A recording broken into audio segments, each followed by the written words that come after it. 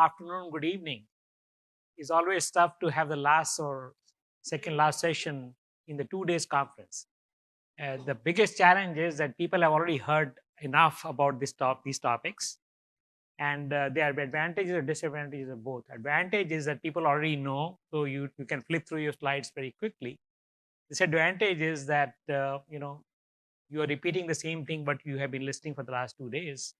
So I don't know how to excite the interest, especially when you have an early dinner going outside. So so jokes apart, thank you very much for having me here. Thanks for the opportunity. This topic is very close to my heart, as we talked about earlier before in our panel discussions as well. Third-party risk management challenges. What we're going to do, what we're going to talk about today is why is TPRM or third-party risk management critical for survival, and what is the importance of third-party risks. We're going to share something about key components of this TPRM framework. We will also share some things about understand about governance frameworks and legislations. And at the last but not the least, key challenges and the leading practices from where we are having from the industry. And the industry best practices are very critical for, as you guys know that, and hopefully we'll have some time for Q&A and open discussions. So we talk about why is TPRM critical for survival. First of all, a lot of people think about third party relate to only vendors, and they talk about third party means suppliers, vendors, contractors. But actually, third party extends beyond just supply chain. Third party extends to even sales. Third party includes your distributors, your franchises, actually to some extent to some customers as well. So are we really limiting ourselves to third parties to only vendors and contractors? Not really. So this is the kind of universe of landscape of third parties, which goes beyond vendors. It covers service providers, which includes legal advisors, investment agencies. And this is not my definition, by the way. This definition is from Transparency International and a lot of renowned experts which they have talked about. And they want to focus, companies to focus on all these areas of third party. Now you can look at this. This moves beyond third parties providing physical security or cafeteria support.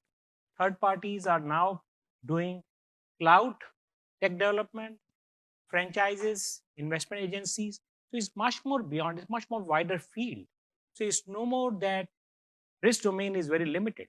Risk domain is expanding significantly. And when this expands, there are risk threats which are expanding beyond the management control. There are so many risks coming up. We talked about in the earlier panel discussions. It goes beyond cybersecurity, data privacy, talks about quality, which are traditional risks and all, and bribery and corruption. The new risks which are coming up are ESG. And of course, the traditional risks, business continuity. And one of the emerging risks which is coming in the last 5 to 10 years is geopolitical risks. We talk about growing tensions across the globe, and they are very critical risks when geopolitical risk is being considered. The business case for third-party risk management, due to all these reasons, has become all the more important. So when we really talked about, I was talking to Bhaskar earlier, where does the budget come for all these frameworks? So when you justify that on one single risk, you cannot justify a framework. But when you talk about holistic approach over the risks, then we can get some kind of traction to get some approval for budgets, for your technology, for your headcount, and for your resources. Traditionally, I started my career as a finance person. So I can understand when the budgets comes in, you need to have some justification. So that's why third-party risk management framework has become very critical. When you talk about one risk or one particular category of a vendor or contract manufacturer, believe me, No finance person will give you any budget. Forget the even attention to talk about to be considered for a budget proposal. Third-party risk incidents. This is another case of justification. This is not a news item. This is not an item. I won't try to read through any of these. You guys are experts. You guys have seen much more than this. It's all over the place, starting from anti-bribery to quality incidents to data privacy, and you name it. We heard today earlier that CFOs or CIOs are being indicted on a personal account, and they are being required to pay penalties from their personal bank accounts. That is insane, but that's the way the life to be.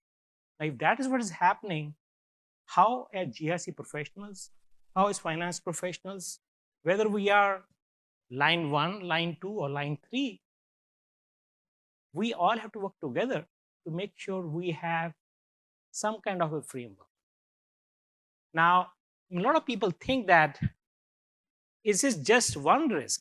The biggest thing is more than the reputational risk. The pure risk for being surviving is more critical. The survival of a company is at stake. Now you can see that here. It says that if Facebook had a loss of almost about $80 billion in a couple of days when this issue came up. Now companies like Facebook, which had it almost close to $1 trillion market cap, would survive that. Can smaller companies survive? Not really. They may not have market caps of $10 to $20 billion. So it's very critical for us to see that how do we address that. Talk about Goldman Sachs. Large companies, they had a violation of $3.3 billion for FCPA. And especially this is critical. I was talking to Carlos earlier, multinationals which have global operations. I used to work for a company called Motorola. It is probably non-existent right now. We used to operate in over 145 countries. The challenge is how do we address the risks of third parties across the globe? So it is not going to be a simple task. However, when we say that, I get reminded by old saying, not of 2020 or 2010. This saying was by Swami Vivekananda in 1890s. 1890s, he said that people, it's important to take risks. People who win those risks, overcome those risks, lead the effort, lead the world. And people who lose, come like me and guide others because they have lost. So risk taking is always important. Whether you win it or you lose it, you will be always get more experience. And that's why it is very critical for us to take risk. Now, why these risks are third-party risks are important? Because corporations cannot work alone without extended third parties. They are here to stay. The more there are pressures on gross margins, resource constraints, availability, talent, skill sets. It is not just alone for manufacturing. It is not just alone for software development. It is for every single area. So companies are rather not only outsourcing, co-sourcing. So all of those activities will involve third parties. So third parties are here to stay, and we cannot ignore them. If we cannot ignore them, we have to make sure that we have our good framework in place, that we address those.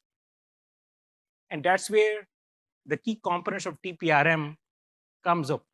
So when you look at TPRM, we're looking for more. The buzzword these days is integrated. There's nothing can standalone TPRM you can have in any corporation. If you have TPRM for one particular third party, for distributors or for vendors or for certain service providers and ignore some others, or you have catered to only certain locations, and you have 50 locations across the globe, and we want to say we will focus only on key countries, it will be possible that you could have a news item in Malaysia, with small country probably, or somewhere in Singapore or somewhere in Mexico or Latin America, where you might have small operations, and you could have a news item pop up that so and so violation was there for an illegal violation, or there was some breach, or there was quality incident, or there's some anti-bribery issue. And we cannot explain that as GRC professionals or any corporation cannot explain that why that has happened. So it is very critical for us to focus on integrated one. Now, it has to be end to end. It cannot be one particular area of third party. It has to be starting from the beginning to the end of the third party management process. And we'll talk about what exactly does it mean. It also has to be a real time. It cannot be static. If it's static, then really it gives you a particular area of operations. It doesn't talk about real time or information, because world is dynamic, it's changing. So what are the key three areas we want to focus on? First of all, we have to focus on governance. We talked about how organization. We talked about extended enterprise. Once we cater to the governance and organization, we'll come into more details what exactly we need to see in governance. Third-party tiering and risk identification.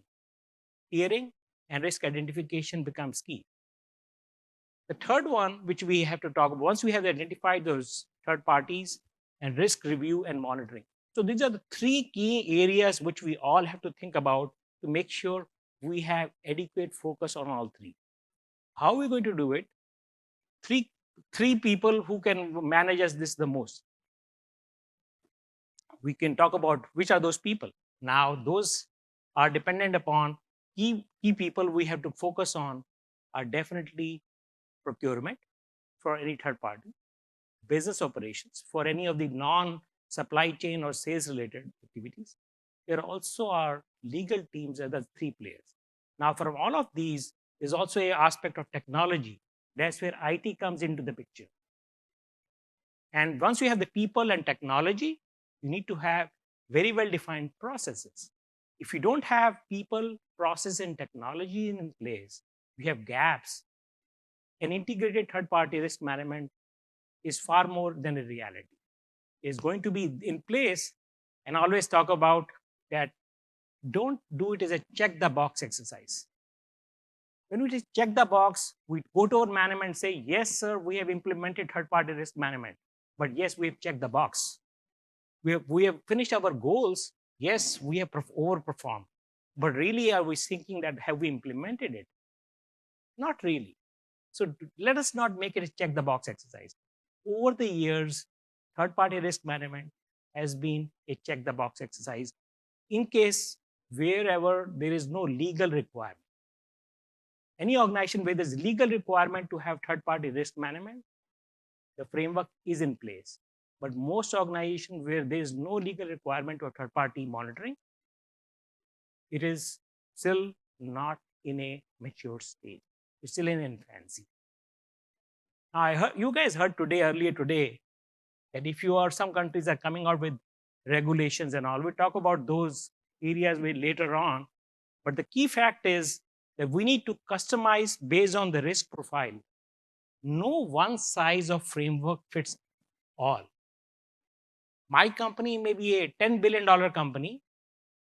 That third party risk framework, even I get the basic principles, cannot be applied as is to another corporation of even 15 or even 9 billion or even the same size. What to talk of similar size. So you have to make sure that we have the clear identification of the needs of the organization. And that's where you have to more customize. Now, we're not really talking about here out-of-box solutions for technology. We'll talk about that later. But I'm talking about the framework. The framework has to be based on the needs of the organization. Key components. So we talk about key components here, roles and responsibilities. We need to define key roles and responsibilities. We need to look at the standards and regulations. We also need to focus on what are the repeatable processes.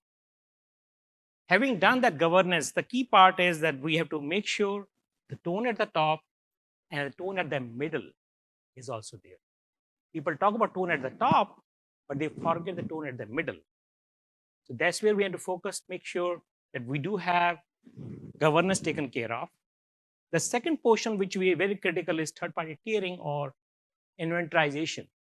When you use inventorization, you have to make sure that inventory of all the third parties is identified, and then you're done a tiering based on the risk domains.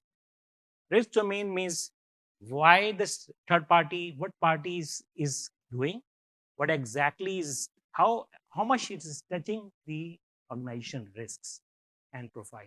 Is it covering the data? Is it managing the data? Is it having access to data? So it has different risks from cybersecurity and data privacy perspective. Is it having any things being done on our behalf? So it impacts both business continuity as well as anti-bribery considerations. Does it have manufacturing implications? Yes. It has ESG implications, it has quality implications. So that's why you need to start looking at risk-based tiering and risk identification for all your third parties. Once you've done those, you have to basically, I don't have to explain that, make sure that it is critical, high, medium, or unrated, and then focus on those. Once you've done that, you start looking at our iterative risk review. And we always use COSO models that we have to do the monitoring. And once you do monitoring, this is third-party lifecycle management, which I don't have to explain to you guys. 3 areas: onboarding, ongoing, and the offboarding or continuing. The key part is that it should not stop at just, most of the corporations start at onboarding very well, but by the time when they complete the onboarding, they're done with it. If you ask the risk assessments, they say, when was the last risk assessment done? It was done at the time of the validation of the third party. Once the validation is completed, there is no risk assessment done after that. And that's a big challenge. So you cannot afford to do that. Once you've done this on an ongoing basis, if we identify that there are issues, after monitoring, we find there are concerns, the next step is we should have very well-defined offboarding process. In the offboarding process, we have to assess the impact, whether to renew or terminate. And that's a conscious decision that the management has to take based on the guidelines. We have to identify processes. So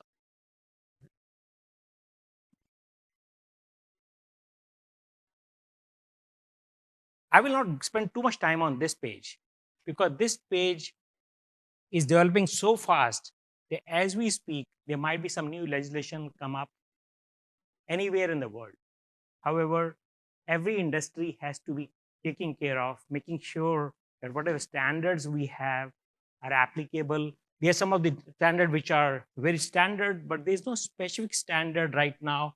This is a standard for third party. If you use it, you're done with it. Unfortunately, there's no standard right now. There are standards which are referring to third party.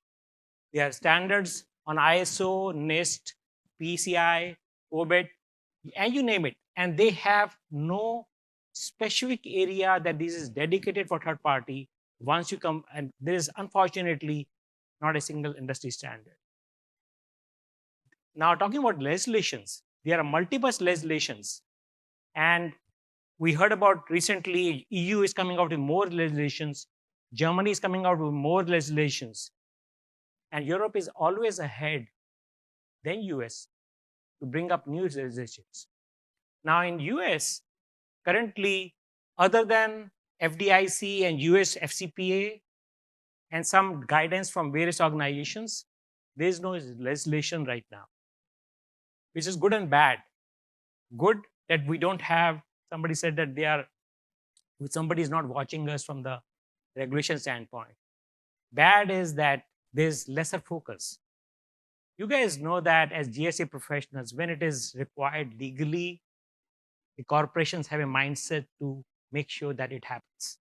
When it's voluntary, it is not in the top of the attention of the management. That's where as GRC professionals, we have to emphasize, we have to make sure that reputation and survival of the organization is dependent upon not just mandatory standards, but their ability to make sure we have good framework.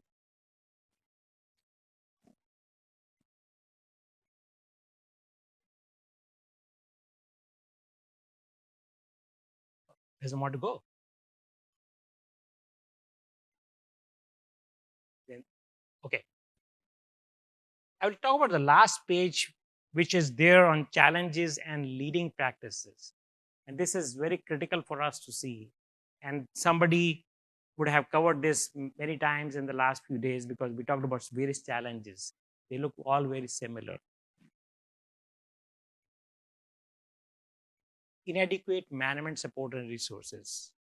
We all know that if we don't have good tone at the top, we don't have good board level oversight, we don't have a good SLT or senior leadership team buy in for this thing, and we don't have right resources in place, the framework cannot be done. The next one, if we should have a very well defined, formal defined policies, we should be in line with our standards and framework. And believe me, it has to be written. Having a person who has done both first line and second line of defense and now third line, an auditor will not accept unless you have a written document. I think somebody also said yesterday that we will not be able to get past through the audits if we talk about say that it is covered. So we need to have more effective policies with well-defined roles and responsibilities, who's doing what. People should know what exactly their roles are. Inadequate awareness of third party. Who are our third parties? People don't even know. Sometimes when you ask people that, okay, do you guys know that how many third parties do we have? Not really. They don't know what risks do they have. Last time when we were discussing with our IT team, and we said, do you guys know who all are your third parties right now? They said, yeah, procurement should know. Of course, procurement knows that. But does the IT team knows about who are the third parties are and what are the risks about it? Not really. And that's where we need to have an accurate inventory of third party and risk stratification, because we cannot afford to cover every third party under third party framework. It has to be more risk based. Point of risk assessment, it has to be, as I said before, it has to be more iterative. It can't be static. We talk about this is the other thing which we have. Most of the corporations are facing this. They have a manual processes. I'm not promoting MetricStream or any other software. What I'm saying is, as corporation to be successful, they have to use technology. And that's where they have to come out with technology integrated with business processes. You cannot use technology out of the box, and our business processes are completely different. You have to align your technology with your business processes. And that's where sometimes it's a good idea to have a more customized software which can be used to your own needs. And that's where we have to focus on. Based on that, the software, we have to make sure that we have right metrics, right KPIs, right KRIs. I'm a big fan of KPIs and KRIs because those tell us the touch points that where are we on say do, what we said that we will do, and what we said that how we are doing. And once we have done that, we want to make sure we have good evaluation, we have good monitoring, and we have an area where we talk about a self-assessment. We talk about we are all GRC freaks and we say that we should have controlled self-assessment. But controlled self-assessment should not be just paper sign-offs.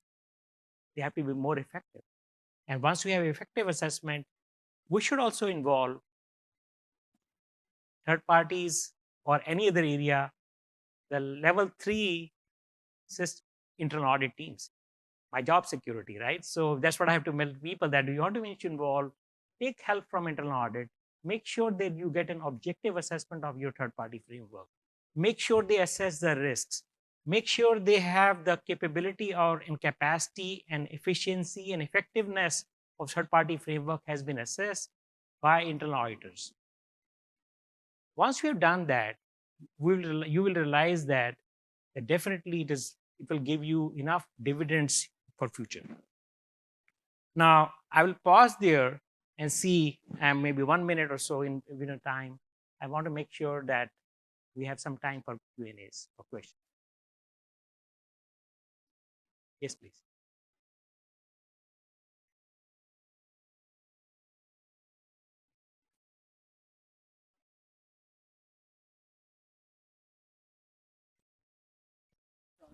Third party onboarding. Could you please? I'm saying what contingency plans should be put in place to address any unexpected risk or disruptions during third party onboarding? Very good question. That if I understand this question, what contingency plans we should, as a corporation, you should have for third-party risk management? A lot of people think that you could have a framework, but most of the frameworks, you guys will admit that, are not designed for. Somebody said that earlier, that Mike Tyson said that, oh, you have a plan, but the plan is only that you could get a punch later on for someone. It is applicable in every single area. So it is always possible to have a certain area where you might miss because there are certain areas from third parties beyond your control. It is not within your own management. So it is a risk of failure or risk of not identification of the right risk in third party is bigger than your own company, because there's a very less monitoring. So for that, you need to have good monitoring process, good process of interaction. Now, their companies, we talk about critical third-party vendors. They review their processes once in 6 months. For high-risk vendors, they do it once in a year. For medium-risk vendors, they don't do every year. They do once in 3 years, because at the end of the day, we don't have unlimited resources. So you need to have processes of review and monitoring. And if you have those cases like that, you can only minimize the risk. You cannot eliminate the risk. There's not a company I've seen so far or talked to anyone who said that we have perfect area of third party or cybersecurity, because nobody can do that. So we have to have, what we have to do is, if it happens like that, how do we mitigate those risks? We need to mitigate those risks, and mitigation is very important. How do we compensate those areas where we talk about that? How do we make sure the risk is there, but how do we lessen the damage? And that's where we have to, at the end, we have to focus. Any other question?